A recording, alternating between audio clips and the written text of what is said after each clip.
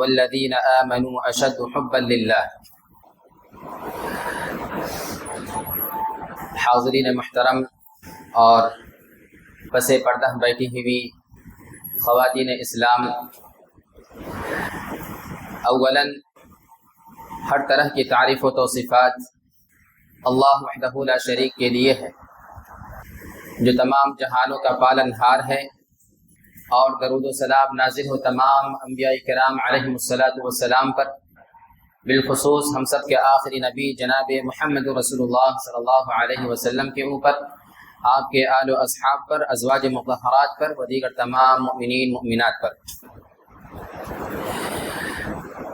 حاضرین مصلیان محترم، آج کے خطبہ جمعہ کا موضوع ہے اسلام میں محبت کا تصور، اور اس موضوع کا انتخاب کرتے ہوئے میں نے سورہ بقرہ کی آیت نمبر 165 تلاوت کی ہے۔ اللہ تعالیٰ اس میں ارشاد فرماتا ہے کہ والذین آمنوا اشد حبا للہ، یہ جو ایمان والے ہیں اللہ تعالیٰ سے بے پناہ محبت کرتے ہیں۔ عربی زبان میں لو جسے پیار کرنا کہتے ہیں، محبت، اس کے تقریباً 60 ورڈ آئے ہیں، 60 اسم ہیں، اور قرآن کریم میں اللہ تعالیٰ نے دو طرح کے الفاظ کو محبت کی تعبیر کرنے کے لیے پیش کیا ہے، ایک تو لفظ حب اور ایک محبت۔ جیسا کہ میں نے ابھی آپ کے سامنے پڑھا کہ والذین آمنوا اشد حبا للہ، اور ایک دوسری جگہ جہاں پہ موسیٰ علیہ السلام کو تابوت میں ڈال کر کے اور فرعون کے حوالے کیا، اللہ تعالیٰ نے اس موقع سے کہا کہ وَأَلْقَيْتُ عَلَيْكَ مَحَبَّةً مِّنِّي، کہ میں نے آپ کے اوپر، وَأَلْقَيْتُ عَلَيْكَ، آپ کے اوپر میں نے ڈال دیا محبتاً، محبت کو، منی، اپنی جانب سے۔ تو یہ دو لفظ قرآن کریم میں استعمال ہوا ہے، لیکن عام طور پر ہم لوگ محبت اور پیار لفظ کے لیے عموماً جو ہم استعمال کرتے ہیں، محبت تو استعمال کرتے ہی ہیں، اس کے علاوہ ایک لفظ ہم استعمال کرتے ہیں عشق۔ اسے سمجھنے کی ضرورت ہے کہ ان دونوں میں کیا فرق ہے، عشق کسے کہتے ہیں، اور بلکہ ایک جماعت اپنے آپ کو ببانگ دوہل یہ کہتی ہے کہ ہم عاشق رسول ہیں، ہم عاشق فلاں ہیں فلاں ہیں، اس طریقے سے وہ تعبیر کرتے ہیں۔ کیا یہ لفظ نبی علیہ السلام کے لیے کہنا زیب دیتا ہے؟ کیا یہ لفظ اللہ کے لیے، اس کے صحابہ کرام کے لیے، ازواج مطہرات کے لیے نعوذ باللہ من ذالک استعمال کرنا درست ہوگا؟ آج اسے ہم دیکھنے کی کوشش کریں گے۔ یہ جو لفظ ہے حب اور عشق، ان دونوں میں کیا فرق ہے؟ محبت کہتے ہیں المیل الی الشیء، کسی چیز کی طرف جھکاؤ کا ہو جانا، ربط کا ہو جانا، کانٹیکٹ میں آ جانا، تعلق استوار کر لینا۔ اور یہ جو محبت ہے حب کے ساتھ، یہ خالصتاً اس کے اندر خیر ہی خیر ہوتا ہے، یعنی کہ یہ صرف خیر کے لیے ہی ہو سکتا ہے، اس میں نقصان نہیں ہوتا۔ اور جہاں پہ محبت استعمال کیا، جس کو ہماری زبان میں اس کو استعمال کرتے ہیں، یہ کہتے ہیں عشق۔ تو یہ لفظ جو عشق ہے، اس کے اندر یہ خیر کے لیے بھی محبت ہو سکتی ہے، اور شر کے لیے بھی ہو سکتا ہے، برائی کے لیے بھی ہو سکتا ہے۔ تو یہ جو لفظ حب ہے، یہ خاص ہے خیر کے ساتھ، کہ الحب مختص بالخیر فقط، وَأَمَّا الْعِشْقُ فَقَدْ يَكُونُ فِي عَفَافٍ وَدَعَارَةٍ، کہ یہ کبھی خیر کے لیے بھی ہوتا ہے اور کبھی شر کے لیے بھی ہوتا ہے، کبھی حیا کے لیے، کبھی بے حیائی کے لیے، کبھی اچھائی کے لیے، کبھی برائی کے لیے۔ عشق کے تعلق سے امام اللغہ فیروز آبادی لکھتے ہیں کہ یہ عشق جو ہے اس کو کہتے ہیں کہ محبت کے حدود کو فلانگنے کا نام ہے، اور امام ابن ابی العز فرماتے ہیں کہ عشق اس بڑھی ہوئی محبت کو کہتے ہیں جس میں عاشق کی ہلاکت کا خطرہ ہو، اور وہ مزید اس کے تعلق سے لکھتے ہیں کہ عشق ایسی محبت کو کہتے ہیں کہ جس کے اندر شہوت پائی جاتی ہے۔ تو جب اس کا ڈیفینیشن معلوم ہونے کے بعد ہم کہتے ہیں عاشق رسول نعوذ باللہ من ذالک، تو یہ کہنا کہاں تک کہ درست ہوگا؟ بالکل درست نہیں ہے. اور یہ عقل بھی اس بات کو تسلیم نہیں کرتی ہے کہ جس کے اندر شر کا مادہ پایا جاتا ہو یا کمی کا مادہ پایا جاتا ہو، ایسا لفظ ہم اللہ اور اس کے رسول کے لیے استعمال کریں، یہ ہو ہی نہیں سکتا ہے. تو ہم وہ لفظ استعمال کریں گے کہ جس کے اندر خیر ہی خیر ہو. تو خلاصہ یہ نکلا کہ حب نام ہے دل کے میلان صحیحہ کا، اور عشق نام ہے دل کے میلان صحیحہ اور غیر صحیحہ کا. شریعت میں جو اللہ سے محبت کی بات کہی گئی ہے اور نبی علیہ الصلوۃ والسلام سے قرآن و حدیث کے ذخائر کو اٹھا کر کے دیکھ لیں، وہاں پہ کہیں پہ بھی آپ کو عشق کا لفظ نہیں ملے گا. کہیں پہ بھی استعمال ہوا ہے تو لفظ حب کا ہی استعمال ہوا ہے، محبت کا ہی استعمال ہوا ہے. پتہ چلا کہ شریعت نے اس لفظ سے کتنا گریز اور کتنا پرہیز کیا ہے. محبت کا مقام کیا ہے؟ آئیے اس کے تعلق میں ایک حدیث دیکھتے ہیں. نبی کریم صلی اللہ علیہ وسلم اس حدیث کے راوی ہیں کہ پہلے حدیث دیکھتے ہیں کہ وعن ابی مسلم الخولانی قال اتيت مسجد دمشق فاذا حلقة فيها كهول من أصحاب محمد صلى الله عليه وسلم وإذا شاب فيهم أكحل العين براق الثنايا كلما اختلفوا في شيء يردوه إلى الفتى فقلت لجليسي من هذا؟ قال معاذ بن جبل رضي الله تعالى عنه قال سمعت رسول الله صلى الله عليه وسلم يقول المتحابون في الله ألا منابر من نور في ظل عرش الرحمن يوم لا ظل إلا ظله رواه الطبراني في معجم الكبير. اس حدیث کے راوی حضرت ابو مسلم خولانی رضی اللہ عنہ کہتے ہیں کہ میں دمشق کی جامع مسجد میں آیا جو سیریا کا دارالسلطنت ہے. وہاں پہ میں نے دیکھا کہ نبی کریم صلی اللہ علیہ وسلم کے ادھیڑ عمر کے صحابہ کرام کا ایک حلقہ لگا ہوا ہے. دینی مجلس کا انعقاد ہے وہاں پہ، اور وہ صحابہ کرام جو ادھیڑ عمر بزرگوار صحابہ کرام ہیں وہ وہاں پہ بیٹھے ہوئے ہیں. کہ نا وَإِذَا شَابٌ فِيهِمْ کہ ان میں ایک نوجوان ہے اکحل العین، وہ نوجوان کی حلیہ کو بتا رہے ہیں راوی حدیث. کہہ رہے ہیں کہ وہ سرمگی آنکھوں والا، براق الثنایا، اس کے دانت ایسے ہیں جیسے چمکیلے چمک رہے ہوں بجلی کی طرح. کہہ رہے کہ کلما اختلفوا فی شیء یغدوه الى الفتى کہ وہ جو ادھیڑ عمر کے صحابہ کرام وہاں پہ بیٹھے ہوئے ہیں، ان میں جب کوئی دینی مسئلے میں اختلاف ہو جاتا ہے تو یغدوه الى الفتى، وہ اس مسئلے کو ریفر کر دیتے ہیں اس نوجوان کی طرف جو سرمگی آنکھوں والا اور چمکیلے دانتوں والا ہے. تو راوی حدیث کہتے ہیں کہ جو میرے بغل کا جو ساتھی تھا جس کے ساتھ میں آیا ہوا تھا، تو کہنا کہ فقلت لجلیسی، میں اپنے ساتھی سے پوچھا کہ من هذا، یہ کون ہے؟ کہا قال معاذ بن جبل رضی اللہ تعالی عنہ کہ یہ معاذ بن جبل رضی اللہ تعالی عنہ. اتنے بڑے صحابی نوجوان.